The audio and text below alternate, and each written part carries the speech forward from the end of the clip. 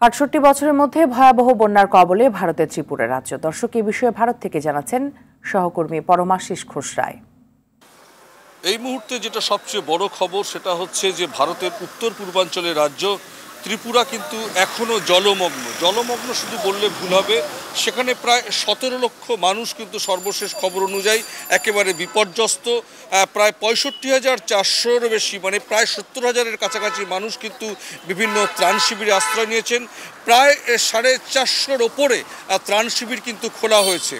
এখনও পর্যন্ত যেটা জানা যাচ্ছে যে প্রায় ৫,০০০ কোটি টাকার কিন্তু ক্ষতিগ্রস্ত হয়েছে, যদিও কেন্দ্রের তরফে কিন্তু ত্রিপুরা সরকারকে ৪০ লক্ষ কোটি টাকার কিন্তু একটা কেন্দ্রের তরফ থেকে কিন্তু একটা প্রতিশ্রুতি দেওয়া হয়েছে। তাদের ক্ষয়ক্ষতির ব্যাপারে কিন্তু কেন্দ্রীয় সরকার এগিয়ে আসছে।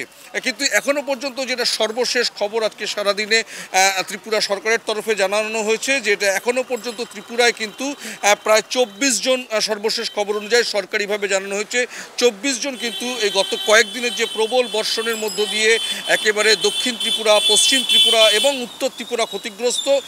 ৮টি জেলায় কিন্তু ইতিমধ্যে রেড অ্যালার্ট জারি করা হয়েছে। পাশাপাশি আমরা দেখেছিলাম গত দুদিন আগেই কিন্তু ত্রিপুরার মুখ্যমন্ত্রী মানিক সাহা একেবারে প্লাবিত অঞ্চল কিন্তু সরেজমিনে খতিয়ে দেখেছেন।